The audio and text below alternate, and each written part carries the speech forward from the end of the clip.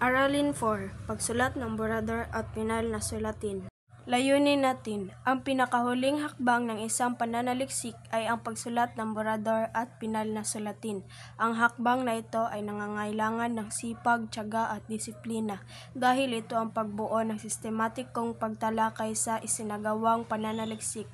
Kailangan ding maging maingat at masinop sa pagsusulat ng borrador at pinal na sulatin. Pagsulat ng borrador. Ang borrador ay hindi pa ang pinal na sulatin. Dahil hindi pa pinal, maaari pang paghusayin at pinuhin ang naisulat sa borrador.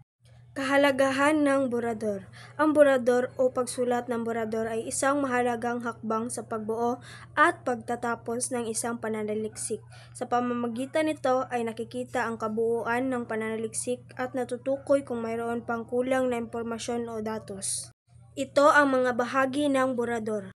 Introduction.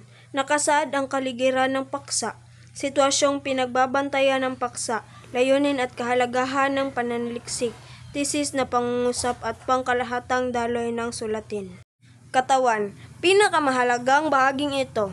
Nagpapaliwanag ang tesis na pangungusap sa pamamagitan ng mga puntong sumusuporta rito. Narito rin ang datos na nakalap at ang nabuong impormasyon na sumusuporta sa tesis na pangungusap. Konklusyon. Nilalagom ang nilalaman ng katawan ng sulatin. Binibigyan din ang konklusyon, ang mensahe ng pananaliksik at ang iba pang mungkahi kaugnay ng sulatin. Sanggunian. Nakalatag ang listahan ng pinagkuhanan ng datos at impormasyon. Sa pamamagitan ng sanggunian, masisiguro na ang pinagkuhanan ng datos ay lehitimo. Mga dapat ihanda bago sumulat ng borrador.